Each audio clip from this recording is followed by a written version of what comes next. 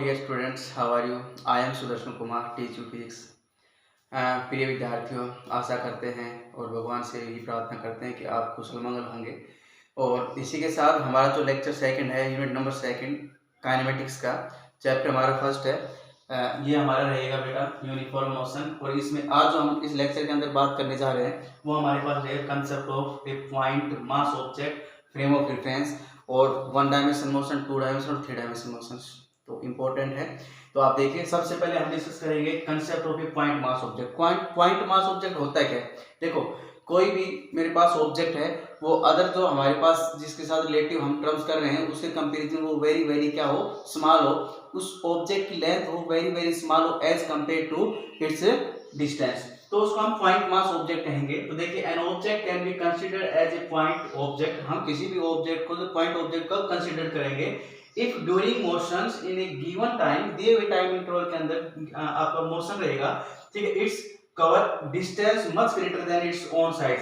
उसकी खुद की साइज है, उसकी खुद की साइज कंपेरिजन में वो बहुत ज्यादा डिस्टेंस कवर कर रहा हो टाइम के साथ, तो उस कंडीशन में हम उस ऑब्जेक्ट को क्या कहेंगे? Point mass object. For example, मान लो मेरे पास ये बॉडी है, तो मैं कहूँ मेरे पास ये एक व्हाइट बोर्ड है, यहाँ पे देख लीजिए, मान सपोज करो यहाँ पे ये जगह है, ठीक है, और इस जगह के अंदर मैं क्या करूँ, यहाँ पे देखो आप लोग के लिए कि इसमें बिल्कुल ये व्हाइट है, ठीक है, और मैंने कहा मैंने यहाँ पे इसको टिक लगा दिया, ठीक है, टिक लगा दिया। ये ऑब्जेक्ट है, ये मूव कर रहा है, ये ऑब्जेक्ट मूव कर रहा है। तो ये ऑब्जेक्ट मान लो मूव कर रहा है, अब आप लोगों को ये दिखाई नहीं दे रहा होगा इस कंपेयर में। तो यहाँ पे ये मूव कर रहा है, इधर मूव कर रहा है, इधर किसी भी डायरेक्शन में जब मूव कर रहा है, ठीक है, तो आप देखेंगे कि इस पॉइंट, ये ऑब्जेक्ट उसकी साइज, इस डिस्टेंस जो कवर कर रहा है उस डिस्टेंस से क्या है, वेरी वेरी स्मॉल है। तो उस पॉइंट को हम क्या कह देंगे? पॉइंट मास ऑब्जेक्ट कह देंगे, ठीक है। आई होप ये क्लियर हुआ होगा, ठीक है। जस्ट फॉर एग्जांपल, एक car travelling a few 100 kilometre, कोई कार है वो फ्यू 100 किलोमीटर ट्रैवल कर रही है, distance can be taken as a point object. तो उसकी जो डिस्टेंस है, ठीक है, उसकी डिस्टेंस कंपैरिजन में जो हमारे पास कार है वो क्या कहेंगे? Point mass object. मान लो कोई भी कार है वो 5000 किलोमीटर डिस्टेंस ट्रैवल कर रही है, तब उसकी साइज है कार की, वो है वेरी वेरी स्मॉल, ठीक है। तो उस डिस्टेंस के कंपैरिजन में हमारी कार रहेगी वो क्या है? पॉइंट मास ऑब्जेक्ट रहेगी। आई होप क्लियर हुआ होगा टॉपिक। उसके बाद बात करते हैं frame of reference.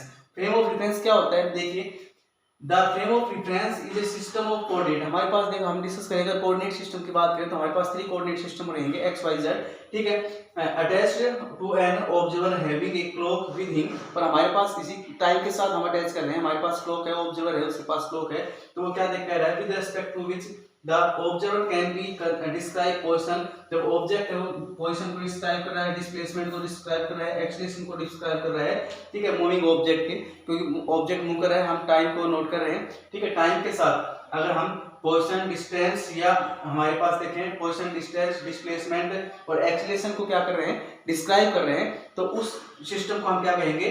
Frame of reference हम उस सिस्टम को कह देंगे, ठीक है। फॉर एग्जांपल, मेरे पास 3 कोऑर्डिनेट सिस्टम है, यहाँ पे एक्स एक्सिस, वाई एक्सिस और ये जेड एक्सिस, ठीक है।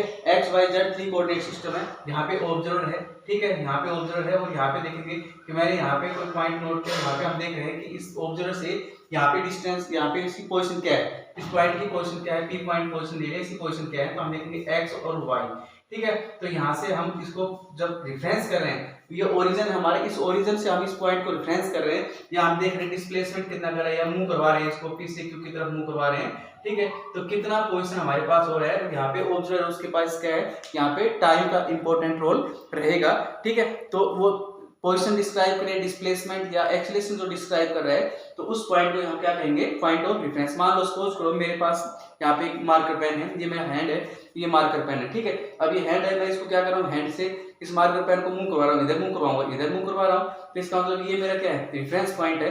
और इससे इस मार्कर को मैं कहूंगा कि मैं इधर फॉरवर्ड डायरेक्शन में लेके जा रहा हूँ, फिर मैं कहूंगा बैकवर्ड डायरेक्शन लेके जा रहा हूँ, अपवर्ड लेके जा रहा हूँ। तो मतलब ये मेरा हैंड्स है, ये यहाँ पे क्या रहेगा? रेफरेंस पॉइंट रहेगा इस मार्कर पेन के कंपैरिजन में। तो एक सिंपल सा टॉपिक है हमारा ये frame of reference. I hope ये क्लियर हुआ होगा। अब जो हम इम्पोर्टेंट टॉपिक करने जा रहे हैं वो आप लोग देखिए। सो डियर स्टूडेंट्स, अब जो हम डिस्कस करने जा रहे हैं, हमारा नया टॉपिक है मोशन इन 1, 2 एंड 3 डायमेंशंस। 1, 2 और 3 डायमेंशंस मोशन की डिस्कस करेंगे। कि वन डायमेंशन मोशन क्या होता है, टू डायमेंशन क्या होता है, थ्री डायमेंशन क्या होता है। सबसे पहले हम वन बाय वन इनको लेंगे। तो फर्स्ट रहेगा हमारा one dimensional motion. One dimensional motion क्या रहेगा, हमारे पास थ्री कोऑर्डिनेट सिस्टम होते हैं। हमारे पास थ्री कोऑर्डिनेट सिस्टम होते हैं, एक्स वाई और जेड। ठीक है, जब हमारे पास थ्री कोऑर्डिनेट सिस्टम है और out of three coordinate system when an object move in specify one direction, जब थ्री कोऑर्डिनेट सिस्टम के अंदर हमारा ऑब्जेक्ट है वो स्पेसिफाई किसी वन डायरेक्शन में मूव करे, भाई ऑब्जेक्ट है वो यहाँ से एक्स एक्सिस में भी जा सकता है, वाई एक्सिस में भी और जेड एक्सिस में भी। तो थ्री कोऑर्डिनेट सिस्टम के अकॉर्डिंग ऑब्जेक्ट मूव कर रहा है स्पेसिफाई वन डायरेक्शन में, उस मोशन को हम क्या कहेंगे, वन डायमेंशन मोशन। ठीक है, तो देखिए इसको हमने एक्सप्लेन कर रखा है इसको, the motion of an object is said to be one dimension, हम वन डायमेंशन मोशन कहेंगे if only one out of three coordinates specifying the position of the object changes with respect to time. जब हमारे पास क्या हो रहा है कि थ्री कोऑर्डिनेट सिस्टम के अकॉर्डिंग ऑब्जेक्ट है वो वन डायमेंशंस के अंदर मूव कर रहा हो, ठीक है, तो उसी को हम क्या कहेंगे, वन डायमेंशन मोशन होगा। जैसे फॉर एग्जांपल मैंने इसको यहाँ पे देखा है, यहाँ ये मैंने क्या लिया, ऑब्जेक्ट यहाँ पे सेंटर पॉइंट ले लिया मैंने, यहाँ पे ओरिजिन ले लिया, और ओरिजिन से कोई भी ऑब्जेक्ट है वो एक्स एक्सिस की तरफ मूव कर रहा है, पी पॉइंट पे क्यू पे इस प्रकार से मूव कर रहा है, तो उसकी जो ये मोशन होगा इस प्रकार का, उसको हम वन डायमेंशन मोशन कहेंगे। फॉर एग्जांपल देख लें, motion in A train along a straight line track. जब कोई भी हमारी ट्रेन है वो आपको पता है कि ट्रेन है वो स्ट्रेट लाइन ट्रैक पे जा रही है, ये हमारी ट्रेन है, ये स्ट्रेट लाइन ट्रैक के ऊपर ही मूव कर रही है स्पेसिफाइड। इस प्रकार से बस का एग्जांपल ले सकते हैं, ए बस is moving on a straight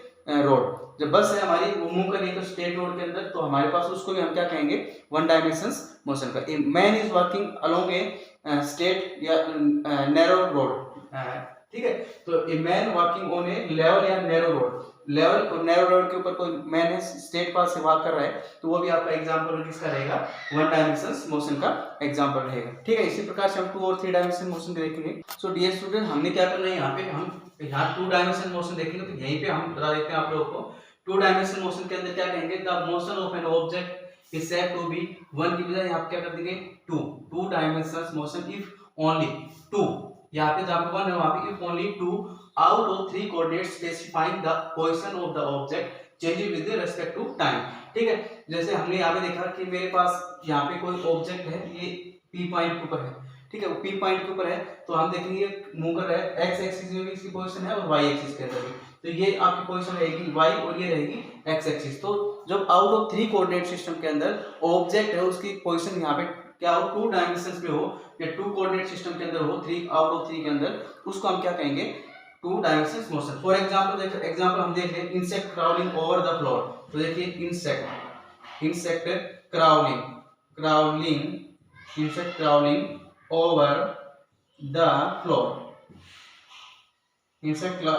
over the floor, और एग्जांपल इसके हम a billiard ball moving over billiard table. जब बिलियर्ड बॉल खेलते हैं तो उसके टेबल के अराउंड मूव कर सकते हैं। कैरम बोर्ड का एग्जांपल ले सकते हैं, हम जब कैरम बोर्ड खेलते हैं, हमारे पास कैरम बोर्ड होता है, तो हम क्या करते हैं, इसको मूव करते हैं, तो ये एक्स में भी जा सकता है और वाई एक्सिस में भी उसका ऑब्जेक्ट का मोशन हो सकता है, जो आपकी डिस्क होती है। ठीक है, इस प्रकार से हम देख सकते हैं, अर्थ रिवॉल्व अराउंड द सन, जो अर्थ है वो अराउंड द सन रिवॉल्व कर रही है, तो ये भी टू डायमेंशन मोशन का एग्जांपल हो सकता है। ठीक है, तो ये हम टू डायमेंशन मोशन को हम देखा। इसी प्रकार से सेम टू सेम हमारे पास थ्री का आएगा, तो इसमें हमें ज्यादा कुछ नहीं करना, यहाँ पे हम क्या करेंगे, टू की बजाय यहाँ थ्री कर देंगे। देखिए हम टू की बजाय यहाँ क्या कर देंगे, थ्री।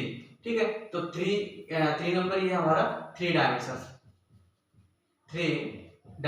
मोशन। तो यहाँ क्या रहेगा, आउट ऑफ थ्री कोऑर्डिनेट्स, यहाँ पे तो डेफिनेशन हम चेंज कर लेंगे, three out of three coordinate system object is moving in three coordinates is called three dimension motion. So dear students, अब जो हम डिस्कस करने जा रहे हैं वो थ्री डायमेंशनल मोशन के बारे में करेंगे। The motion of an object is said to be three dimensional motion if all of three coordinates specifying the position of the object changes with respect to time. Three coordinate system के according three coordinate में कोई object है वो move कर रहा हो, और direction के अंदर अगर हम कहें कि x Y z three coordinates के अंदर ऑब्जेक्ट है वो क्या हो रहा हो, मूव कर रहा हो उसके अंदर, 3 कोऑर्डिनेट सिस्टम के अंदर, तो उसको हम क्या कहेंगे 3 डायमेंशन मोशन। जैसे फॉर एग्जांपल एक kite flying on the windy day, जब काइट को फ्लाई करते हैं तो हमारे पास स्पेस के अंदर वो मूव करता है, तो उस समय हम उसको 3 कोऑर्डिनेट मानते हैं। मान लो ये रूम है, रूम के अंदर मैं पोजीशन देखूं, यहाँ मेरे पास मार्कर पेन, उसकी पोजीशन देखूंगा तो एक्स कोऑर्डिनेट भी होगा, वाई भी और जेड भी, ठीक है। एक हमारे पास जैसे इंसेक्ट क्राउल नहीं कर रहा था उसमें 2 डायमेंशन, अगर वही इंसेक्ट अगर मूव फ्लाइंग करने लग जाए इंसेक्ट, ठीक है, तो उस समय हम क्या कहेंगे उसको 3 डायमेंशन मोशन में कहेंगे। फ्लाइंग एरोप्लेन अगर हम देखें, एरोप्लेन जब फ्लाई कर रही है तो उस समय भी हमारे पास 3 डायमेंशन मोशन होगा, ठीक है। और इसके अंदर जो gas molecule, random motion of the gas molecule, मेरे पास एक कंटेनर है, यहाँ पे मेरे पास एक कंटेनर है और उसके अंदर गैस कंटेनर है, उसके अंदर नंबर्स ऑफ मॉलिक्यूल्स हैं, इस गैस कंटेनर के अंदर नंबर्स ऑफ मॉलिक्यूल्स हैं। अब ये मॉलिक्यूल्स किसी भी डायरेक्शन में मूव कर रहे हैं, ठीक है, तो इस कंडीशन में हम क्या कहेंगे, ये मॉलिक्यूल्स हैं गैस के, वो 3 डायमेंशन मोशन के अंदर रहेंगे। आई होप ये लेक्चर आप लोगों को क्लियर हुआ होगा बेटा। इसमें हमने कुछ नहीं, एक frame of reference, point mass object और मोशन इन 1, 2 और 3 डायमेंशन के बारे में हमने डिस्कस किया है, ठीक है। इंपॉर्टेंट टॉपिक है, आप लोग इसको अच्छे से अपने नोट्स प्रिपेयर करें, इसको अच्छे से करें। Thank you, have a nice day.